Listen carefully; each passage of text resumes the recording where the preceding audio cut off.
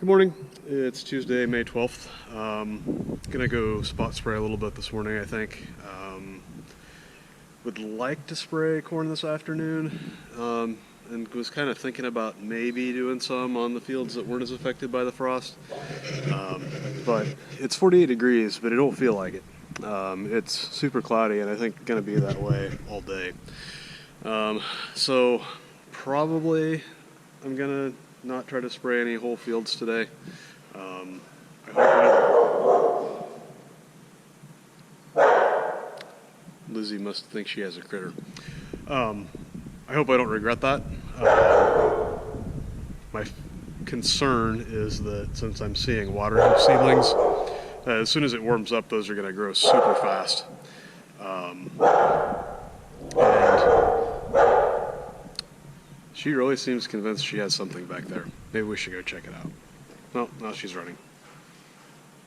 Anyway, so the concern is that when it does warm up, those water hemp seedlings are going to grow super fast. And we're supposed to get a fair amount of rain out of this stuff the next few days, so it might take a few days to dry up enough that I will be able to spray. So I'm hoping that not spraying today doesn't cause things to get out of hand. Hopefully we'll have two modes of action, well, maybe three kind of against the water hemp, and only one that there's known resistance to, I think. So hopefully we'll be able to kill anything that's up, even if it's a little bigger than would be ideal. But we really want to kill water hemp when it's pretty small, because the bigger it gets, the harder it is to kill. Yes, Lizzie. What do you have treed on the planter? What? Where's it at? My camera doesn't like the low light. I don't think there's anything up there. Really don't. So here's the weapon of choice for the short term. Nice 4-gallon backpack sprayer. And by nice, I'm not really being serious, because you have to pump the thing continuously, and that's pretty annoying. There's some glyphosate that was mixed up a year ago that's still in it. It's been in the shop, so it didn't freeze. And I've got some more that I think I drained out of the 4-wheeler sprayer.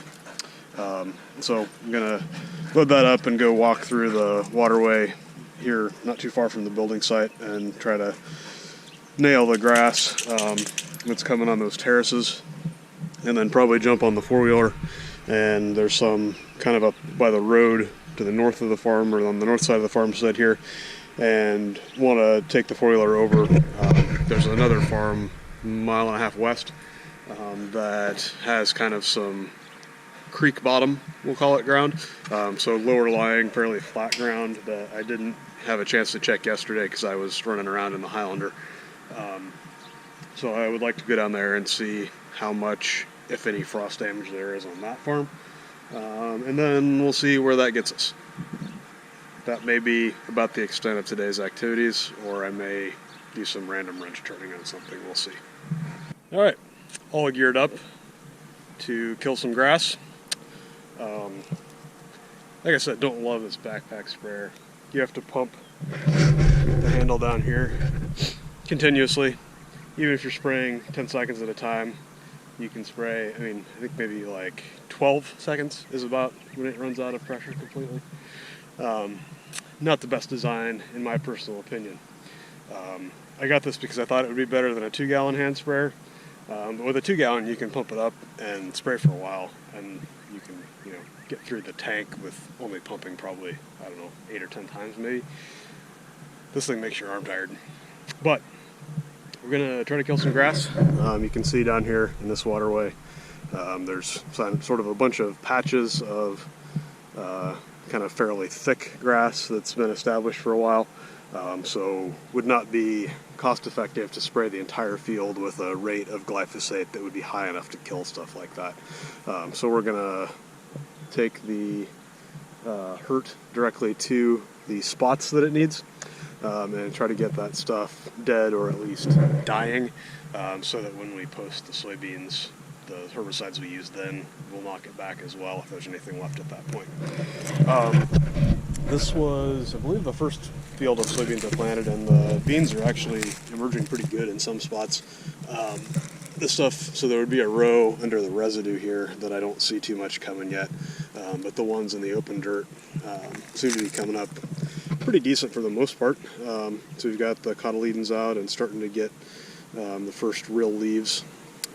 There's a term for the first ones that's not trifoliate because they're single leaves, but I don't remember what that is at the moment.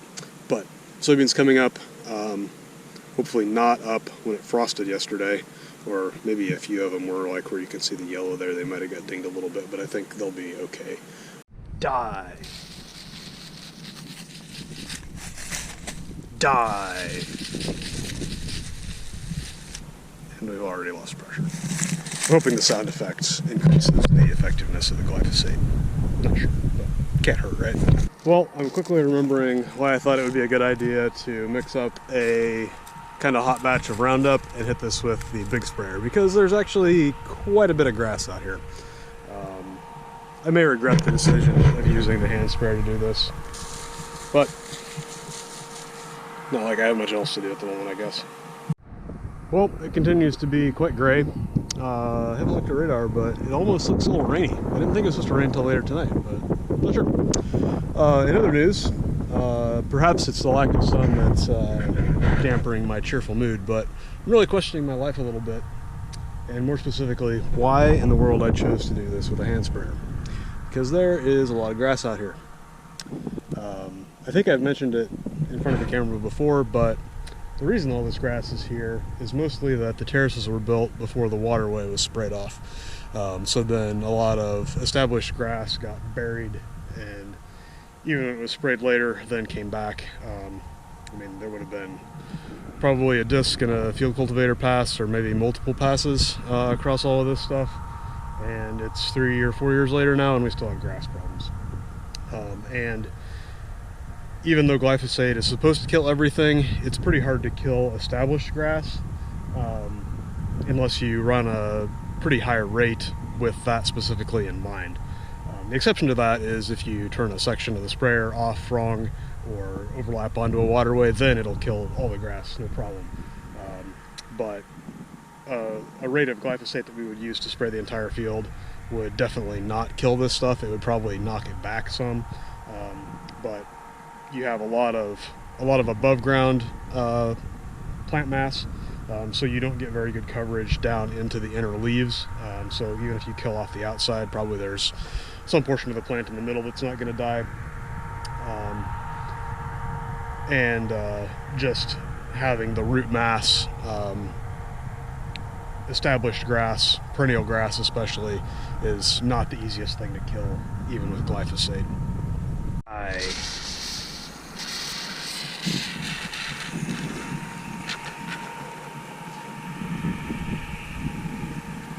Well, that weak stream doesn't indicate we should see a doctor. Just need to go fill with some more juice. Got the sprayer refilled, and as I hike back over to the other draw to continue spot spraying the obscene amount of grass left over from that waterway we took out several years ago, I thought I would explain why I'm using this instead of the big sprayer. So there's actually a couple reasons for that. Pardon me. Die! Good, I wasn't sure if I actually pumped that up yet. Like I said, a couple reasons. First of all, so with soybeans, once they're out of the ground and have a few leaves on them, on a warm day you can run over them with about anything and they'll pop right back up, because the stems are fairly flexible, and as long as you don't totally break the plant off, it'll probably recover. Since these soybeans are just emerging and it's 48 degrees and about as gray as we get, those stems are going to be pretty brittle. So anything that I run over them with, especially with a tractor, is probably going to break off the soybeans below the ground in a lot of the tire tracks, maybe not all of it, but probably would cause some extent of damage. The other reason, which is maybe really the bigger factor, is that because I sprayed some corn last week, I now have corn herbicide residue in the sprayer I mean, I rinsed the boom out, but didn't run tank cleaner through it. And that spray or that herbicide that's in there from the corn is not going to be very good on the beans that are breaking through the ground either. I could be out here with the four-wheeler and do it with that instead of this, and that would maybe be a little bit faster, but because the stuff is so spread out, I'd probably be turning more than I was spraying, and I'm not sure if it would really save me very much time other than I would have a bigger tank. So we're using the scalpel instead of the flamethrower today, and hopefully once I get past kind of this section, I don't think there's too much on the top end of this straw. So I'm hoping that this second batch will get me done with what I'm trying to do here, and then we'll probably top off the tank and go spray off some of that downy brome patches and stuff up on the north side of the cornfield on this farm. But I'm to my area that I'm going to try to kill, so I'm going to put the camera back in my pocket and get to work. If nothing else, I guess at least I'm not leveling out a bin with a scoop shovel. Alright, I think I got the Waterway grass stuff whipped for the time being. Probably will come back out here with a four-wheeler once the beans get up a little bit more and see what's left at that point. Most likely there's at least some spots where there's some little stuff, either underneath the corn stalks or down in the middle of a big globs of heavy grass that I didn't get killed. So we'll have to stay on it a little bit. Speaking of, there's a little die. I don't actually do the sound effect every time, just when the camera's running, for the record. But, so I'm going to top off the sprayer. We're not real low, but I would say we're probably maybe like 2 gallons or a little less. So I'm going to top that off and then go hit the bunch grasses that are in that cornfield. I think there's some downy brome and stuff like that that, again, you can't really kill with a normal field applied rate of glyphosate. So we're going to take our pump-operated scalpel, I guess we'll call it, and go see if we can knock down some of that stuff. There's another one. Die! I don't know if I actually got that on the camera or not, but probably the stuff like that and the last one that I sprayed, probably we would be able to kill post, but since I happen to see them as I'm coming across the field, that's corn, so I'm not going to do anything to it probably. But the soybeans are coming nice. So top off the sprayer, go hit that bunch grass in the cornfield, go check a little bit more frost damage in that field a few miles west. And there's supposed to be a USDA report coming out this morning also, so soon find out exactly how much worse corn prices can get.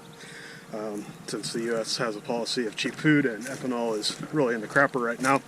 I doubt if it's going to be a bullish report, but of course it's hard to sell corn for less than $3, so we're going to wait and see, I guess.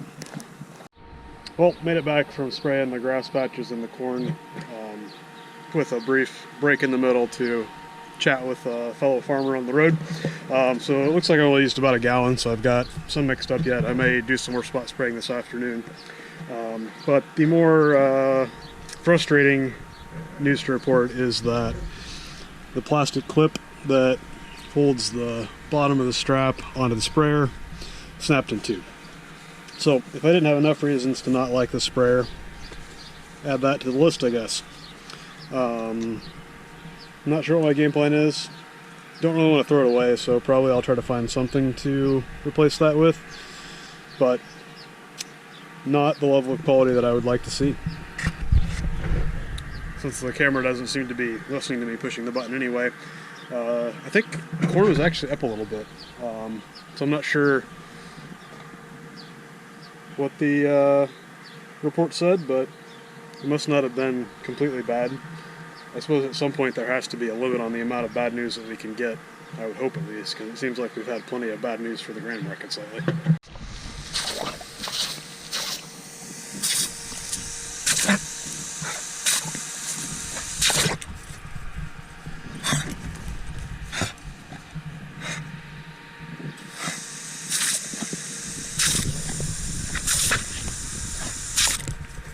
We're over here on the creek bottom, little bit west of Mud Beds. Looking over things here.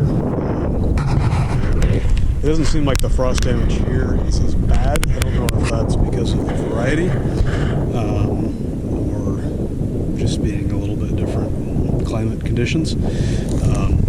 There's some that are damaged, but you can see we have green leaf coming up the middle yet, so that's good to see that. It might be a little bit behind its neighbors, but not drastically behind like the ones that got froze to the ground. Similarly, kind of same thing there.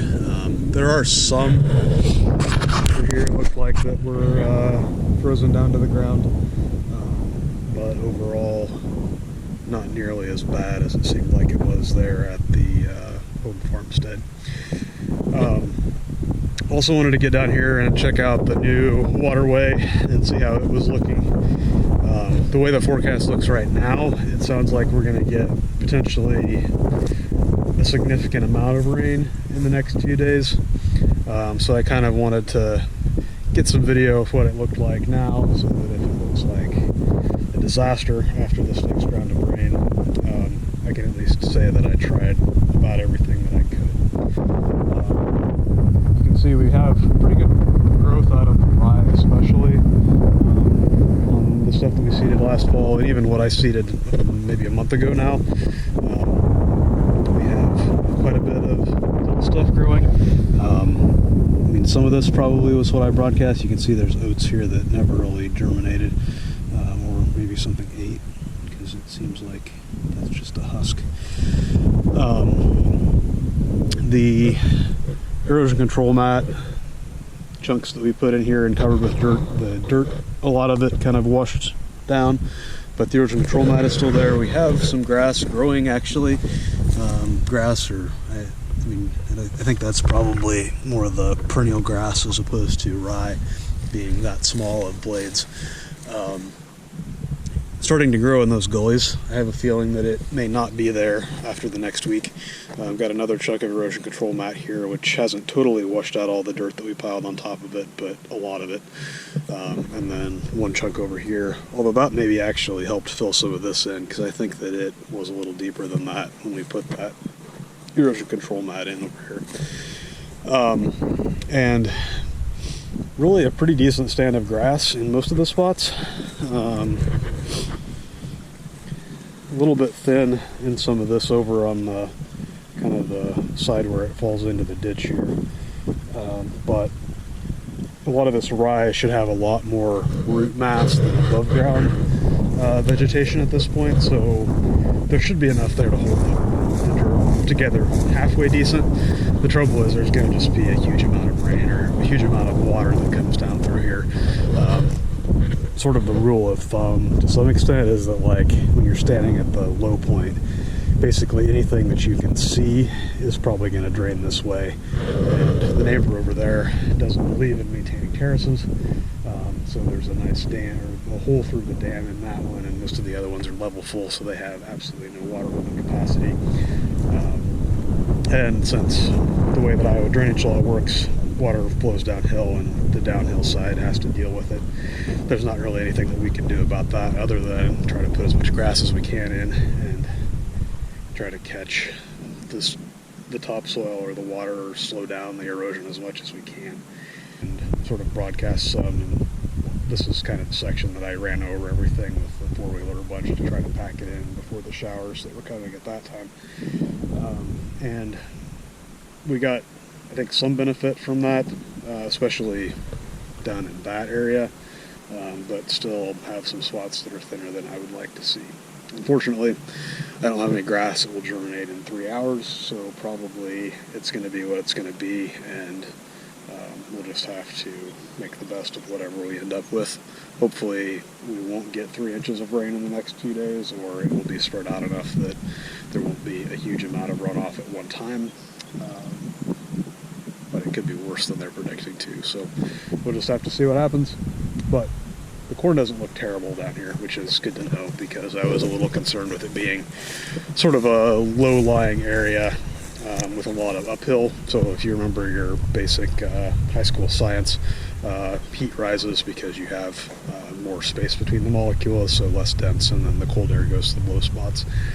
So when I'm looking at fields for frost damage, I'm mostly kind of checking the low spots because that should be where you have the highest chance of cold air concentrating. And you can tell we have quite a bit of leaf damage here, but definitely not whole plants to the extent that we saw on the other fields. There is a plant every once in a while that's not real good, but it seems like if you kind of brush back some dirt, so like all of this vegetation is really squishy and soft, mushy, and that's clearly frozen and will turn brown or black and fall off, whatever.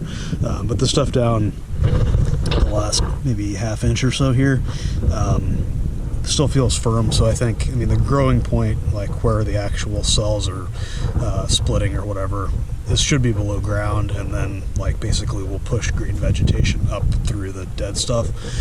So I think most of these should come back, at least that's what I'm told. I have not had any frost affecting corn really since my farming career started, since I've only been farming for a few years myself. So it's a little bit uncharted territory for me because usually we don't get frosts this serious this late.